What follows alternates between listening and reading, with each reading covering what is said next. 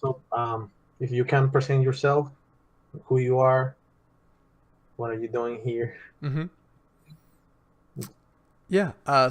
My name is Alex Ogoric, and I'm here to talk about myself. I've been asked by this amazing person here to answer some questions about my life, entrepreneurship, and just kind of what it's like to be an entrepreneur.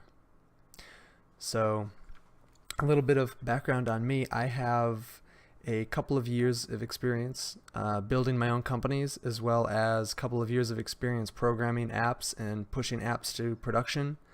And so I actually know what it takes essentially to build a product and get it in the hands of customers. Okay, it's very cool.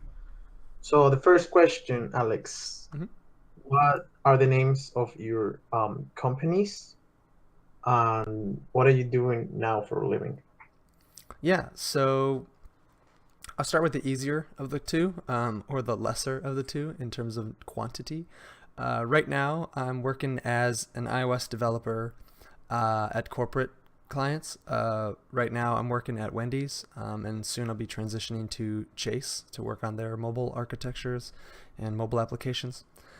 And what I have going on the side, as well as like with friends of mine and other things, is working on many different side projects. One of which is called Spicy Shirts, or the website being chipotleshirt.com, where you can just order. You can have your Chipotle order on a shirt. Let me go get a shirt. Actually, I'll be right back. I'll show an example. I'll be right back. Don't worry. So that's Alex Ogorowski, friends. So here's an example of a shirt where you can actually get you can get your order printed on a shirt, where you can just walk in just wearing it, which I think is pretty cool. That's a website that I built in about a month, and it's a fully automated business, which means anyone who orders through the website, it notifies PayPal. PayPal notifies my server. My server notifies the print fulfillment distribution company, and they ship it right to the customer. And then the distribution company notifies my server. My server sends an email with the tracking number to the customer so they can watch it show up. That was pretty fun to build. And that's actually provided I'll say, a really nice supply of passive income. And then there's also another project I was working on called Ahoy. And Ahoy is this idea that you can meet up with someone with just one email, instead of doing the back and forth of, is this time okay, can you do this time, what about this day. You just send them an email, you cc meet at ahoy.ai, and it sends them an email with one button in it, and they click that button, and it finds, based on the language of the email, their personal preferences, everyone's calendars. It finds the perfect time to meet. There's another project I'm working on called Ogoric Media, and it's essentially a success. I feel like I need to change the name, but it's kind of like a success life building kind of project, with blogs, YouTube videos, mentoring kind of one-on-one things, as well as private Facebook groups and mailing list, and then as well as products for like helping people like become more successful, get things started, and if they feel stuck, get like motivation and stuff like that. And those are I'll say the big three that I'm working on. There's some other stuff here and there, but those are the biggest ones right now. So you already had a long trip on this Mm-hmm. entrepreneur Mm-hmm. things. Yeah. Those are all within the last year and a half. We could go back the last 5 or 6 years and a variety of other things on top of that. But those are like the more important. Right, right. Those are the more recent ones that I'm still working on to this day. Okay, Alex, let's continue. Hmm? How do you get this idea to undertake those companies? What motivates you to do it? Yeah. The biggest thing, in my opinion, that gives me the motivation is the idea that I get to build something cool. The idea that I get to build something that the customer is going to love. Specifically with Chipotle shirt, I thought it would be hilarious I was just sitting there eating it one day, and I was like, how funny would it be if I just had my order on a shirt? And then I was like, wait a minute. I could totally do that like in Photoshop, and I could just take orders and I could do it in Photoshop. And I was like, wait a minute. It could be a website. I don't even need to do anything. And then I started getting really, really excited about the idea. And while I was still in the restaurant, I was drawing down like what the website might look like. It was like that quick. And I just started working on it. With the Ahoy thing, we were getting really excited about the idea of being a disruptor to the way people schedule their meetings. And it just felt like so innovative, and we just felt like we were on top of the world. It was really cool. And for like any of the games that I've built, I just love seeing people's faces when they're really enjoying a game and they're having fun with it, and they're like, wow, this is so cool. And then they figure it out and they get better, and then they're proud of themselves because they got better. Like, I just love seeing customers happy, to be honest. And so anything I can do to solve one of their problems, I'm going after it. I like your goals, your philosophy of doing whatever you want, if you want to. Yeah, Would like it's definitely something that friends of mine wish they had. Okay, so the third one. So what are like the things that push you to undertake these companies? Do you have I don't know, like your parents support you, family, your friends support you, or just by yourself? Usually if I have an idea, I'll ask some people about it. Usually my wife, Jackie, or my friends, my close friends. Sometimes my parents, but usually they don't think quite like I do, so they'll give me feedback that basically says to not do it. So I try not to ask them. But yeah, in general, I want to try to talk to people that might have some insight that I don't, to try to find why I shouldn't work on something. But at the same time, give me the motivation to persevere and come out the other side of it smarter. So definitely things to look out for when starting a project and pushing myself, and people and helping motivate me is those that can give me more ideas than I've already come up with myself, while at the same time making sure that I've thought of all the angles before starting a project. Okay, that's pretty cool. So the next question, Alex, what were the problems that you faced when you were undertaking your thoughts, and how do you resolve them? What problems was I facing, and how did I resolve them? Is that what you asked? Okay. So the problems I generally face are either technological, like I don't know how to build it. It's very difficult. I don't quite know how to create the solution, but I know I want to create the solution. I can visualize what it would look like. I just don't know how to physically create it. And the other problem being that customers don't want it. Customers won't pay for it. Customers don't like the solution. Customers find it confusing, and everything around the interaction with the person that would actually use the product, and even if they do get onboarded and they seem to like it, but then they stop using it, it's like, why'd you stop using it? I thought you liked it. Like, just all these very confusing things when just building a product and getting it in front of people. To be honest, those two are the biggest categories of problems. When I try to overcome the technological problems, it just comes down to my ability to Google search things and look them up on YouTube, and how do I tap and drag to move tiles around? Like, I can show you an example of an app that we built this weekend as a part of a business thing. So basically, if you want to like move these tiles around, like, how is it? It's probably too bright. How is it that you can move these tiles around? I had no idea how to do this. I had to look this up on the spot, and we only had a couple of hours to get it done. And so that was really cool. And then when it came down to what features do we put into the application, it was all about interviewing the customers and talking to them directly and making sure we were building the right thing the first time. Because if you build the wrong thing the first time, it just ends up being a terrible result, because now you need to build something else when you could have just built it right the first time. So does that make sense? So overcoming technological problems, just trying to find someone who's already done it before, and overcoming customer problems by just talking to them and getting their honest feedback. Okay, that's cool. So, Alex, Mm-hmm. What are your future projects that you want to do? I mean, do you have like a long-term goal or something? Mm-hmm. Long project that you're working to? Do you would like to work to talk about it? Yes, I can say that I don't want to continue to work at corporate companies.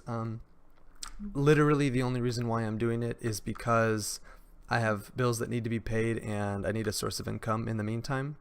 My long-term goal, though, is to have multiple businesses that all produce some level of passive income, whether it's a little bit or a lot.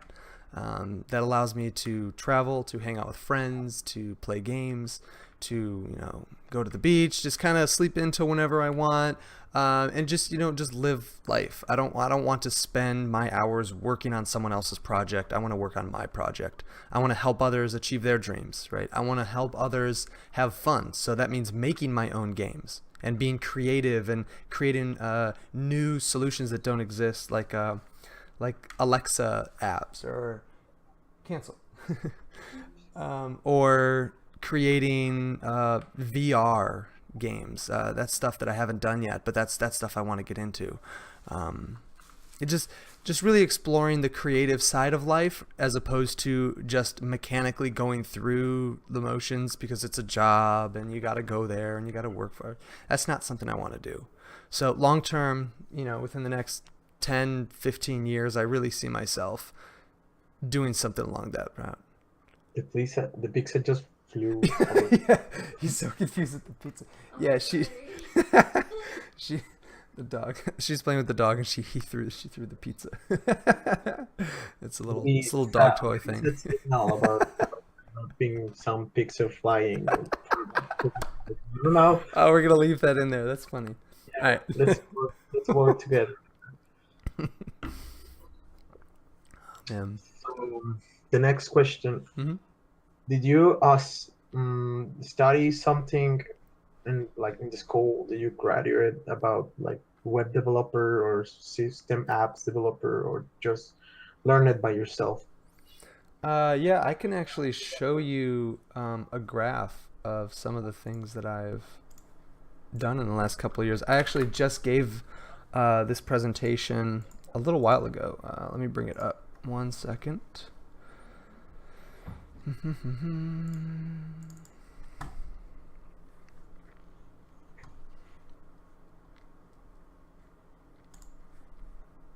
Okay, if I click share screen, can you see this graph? Yes, I can see it. Cool. So this is basically the last 10 years. And so this pink dot on the left is when I started high school. And so I took a couple programming classes in high school. So all the green dots are all the programming classes I took. All the blue dots are all the apps I've ever pushed to the App Store. All these yellow dots are all these books that I've read over the last couple of years. And all the pink dots are either companies I've started or companies that I've helped join. And so it's just, it really goes to show that it's not about like just classes, or it's not about just reading books. It's not about just going to like do one thing. You have to just do a lot of things, or get really, really, really good at one thing. And to me, I find it easier to do a lot of things, because if you do a lot of things, eventually you will get good at some things, right? And so for me, let me stop sharing that actually. For me, I really care about,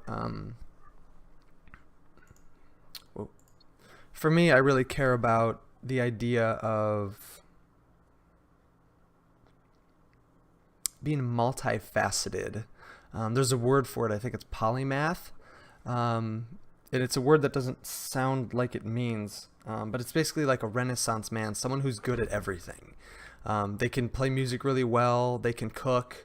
They can, understand psychology. They can understand neuroscience. They understand biology. They understand languages. They can do all sorts of stuff. And I really believe that everyone has the ability to do that if they actually pushed themselves to try to achieve that. And so I know the original question was about classes and web development classes and programming classes. And yeah, I did take those. But I also dropped out of school because I saw school as a waste of time and a waste of money, for me at least. And that's not saying that I think everyone should drop out of school. And in fact, I just want people to know that that is an option. And if they choose to, that's their choice. But if they choose to stay in school, that's also their choice. And sometimes people don't know that there are options and you can learn stuff outside of school. And so I just like to show how many things that I've done that weren't school, just to show that it's not all about just one thing. So it has helped. The programming classes. He's so confused. The programming classes did help. Like I did learn some things, but it was very early on. At some point I started teaching myself and learning myself and pushing apps to the app store myself. Like I didn't take any. I think I took maybe one iPhone programming class, and even then I was the best kid in the whole class, and sometimes the teacher was asking me for help and I was like, why am I here? It was just really weird. Okay, so the last question, Alex, and you can go. Free to go. So I don't mind being here. Will you give everyone some advice to undertake their own dreams or follow their goals? Yes. I think the best piece of advice I heard recently from a book called Principles by Ray Dalio. This guy's worth, I think, 17 billion, or maybe it's 1.7 billion. Look him up. Yeah, he's worth 17 billion US dollars. This guy started a hedge fund company, which sounds really like bad, but he's actually a really, really smart guy and understands a lot of really cool things and understands like how to break things down into analytical principles and whatnot. And so one of the things that he talks about in that book is that nature optimizes for the whole, not for the individual. So if you can figure out how to provide value to the society, you can provide value to the whole, to the organization, you will be rewarded. In a way that I'm trying to think of keeping the species going, for example, like reproduction, right? It feels good to do that. Like you are physically rewarded for helping that along. Similarly, if you solve a real problem in the world and you build a product or you build a service for that, you will be financially rewarded. It's really cool. It's really cool to see that if you provide entertainment, for example, you're financially rewarded and maybe even rewarded in other ways. So I think the biggest piece of advice is to not necessarily think of how successful can I be, but more of how much value can I add to other people's lives, and eventually it will come back. The karma, so to speak, will come back. That's a really big advice. Yeah. It's tough to follow. But it is something that has proven itself, not just in my life, but in many people's lives that I've studied, as well as many friends' lives that I have. So basically, if you provide some services to improve society or your life, to help people, that will come back to you.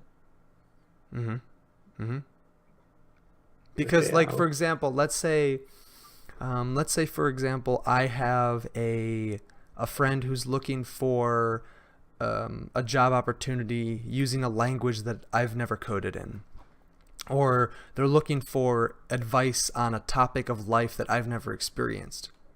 But maybe I know someone who's in that area. I can suggest that to them. I can move them towards that person, and then eventually they'll think about me again because of how I help them in that one scenario. And all your customers are the same way. People just want to be valued. You look at a company like Amazon and how they can ship products to you in 2 days. That's amazing. And it's just everything I buy is on Amazon. In the last 3.5 years, I spent almost $6,000 on Amazon because they take care of it. If it's broken, if it's wrong, they'll return it no matter what because they care about the customer. And it's amazing to see companies like that. And I don't want to name any other names for any giant corporate companies, but usually they don't care about the customer. All they care about is profits, and that's really sad. Because if you care about the customer, you will be financially rewarded. And so, yeah, exactly. Okay, so, well, thank you, Alex, for your time. Yeah, of course. You're a busy man, and you're taking time to respond some questions to this little junior entrepreneur. But that really makes me feel good. Yeah, I'm glad. Cool. Well, thank you very much. I really appreciate it. You have a great rest of your day. Thank you, Alex.